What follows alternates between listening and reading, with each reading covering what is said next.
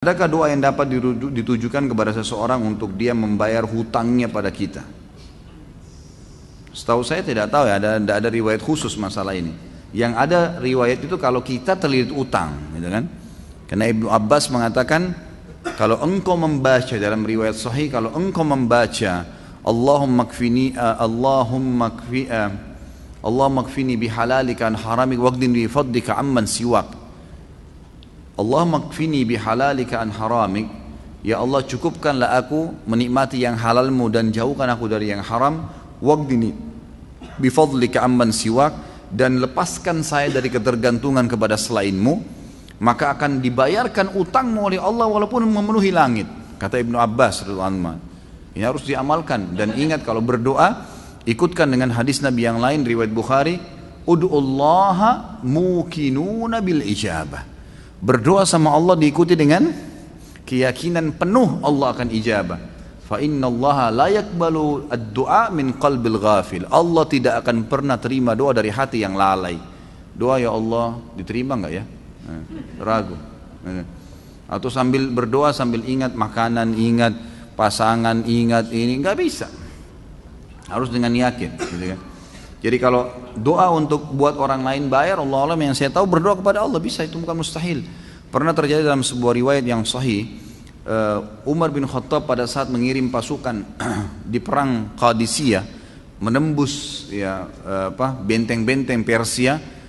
Nah, pada saat itu pasukan muslimin yang masuk dari 12.000 orang pasukan ini, itu kan kalau pasukan jihad masuk dan menang, berarti lokasi yang ditembus itu menjadi harta rampasan perang. Jadi miliknya mereka, miliknya mujahid.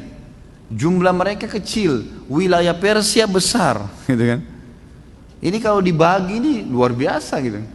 Maka waktu itu mereka sudah mau bagi, tapi sebelumnya minta saran Umar bin Khattab. Umar berpikir untuk apa, mujahid ini nggak butuh sebanyak ini. Maka Umar bin Khattab juga berpikir mereka mu'allaf, baru masuk Islam, baru mengenal Islam, lebih baik ganimah ini harta rampasan perang dibagi aja, tetap pemiliknya tapi dikasih setengah kepada para mujahid. Waktu itu Bilal radhiyallahu anhu sahabat Nabi yang lain menolak. Waktu Umar bin Khattab kasih keputusan, kata Bilal, ya Amir Mu'minin, jelas hukum agama kita, gitu kan? Ini dibagi untuk mujahidin.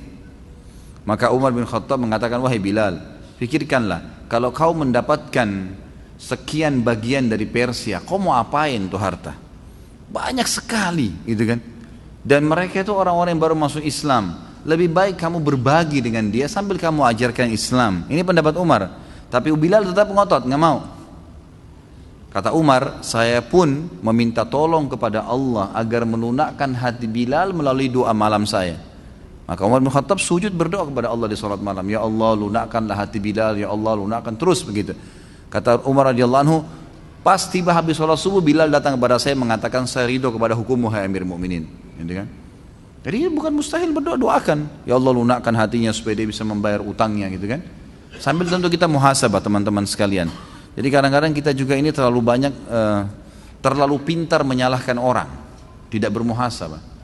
Apa yang terjadi, sesuatu yang terjadi pada kita, yang paling pertama hisab diri kita dulu. Ada masalah apa saya ini? Jangan sampai orang ini gunjing karena saya pernah gunjing orang. Jangan sampai utang ini mungkin saya pernah utang sama orang, saya nggak bayar. Jadi kita muhasabah dulu. Kalau kita sudah tidak temukan variabel kesalahan kita, nah baru gitu. Baru kita mungkin ini cobaan murni, bukan karena kesalahan saya. Tapi kalau kita memang dasarnya ada kesalahan dulu, mintalah kepada Allah mudah-mudahan jadi pengampunan dosa gitu.